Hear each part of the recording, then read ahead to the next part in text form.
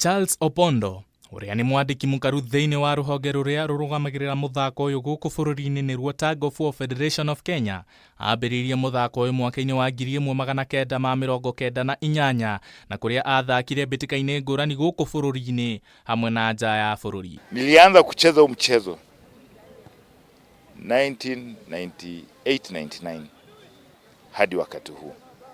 Nimekuwa mchezaji, nimekuwa coach na saizi mimi ni katibu mkuu. Opondo ni atariirie ati muthako uyu ni ngurani na mithako ingi kuma kuri muthakire wa kugucia mukanda uria niguo uikaine ta tag, nginyagia mwikirire amu muthaki abataire gwikira buti cia thigari niguo kunyitirira thi na kurugamia muthaki wega na uguo kumuhe hinya wa kugucia mukanda uyu. Na uzuri wa hizi viatu inashika ground. Najua mchezo huu unachezwa mahali pa konyasi na kwa mchanga. Niguo gukuria muthako uyu guku bururi-ini, ruhonge rwa Tug of War Federation ni rwambikite mitaratara ngurani ya gutigirira ati muthako uyu ni we mathira ngumo na njira ya gutambio mathukuru-ini. Nilikuwa na mazungumzo na chairman wa Kenya Secondary Schools Sports Association, na tukaongea, tukasikizana, tukasema kwamba it's high time tuingize mchezo katika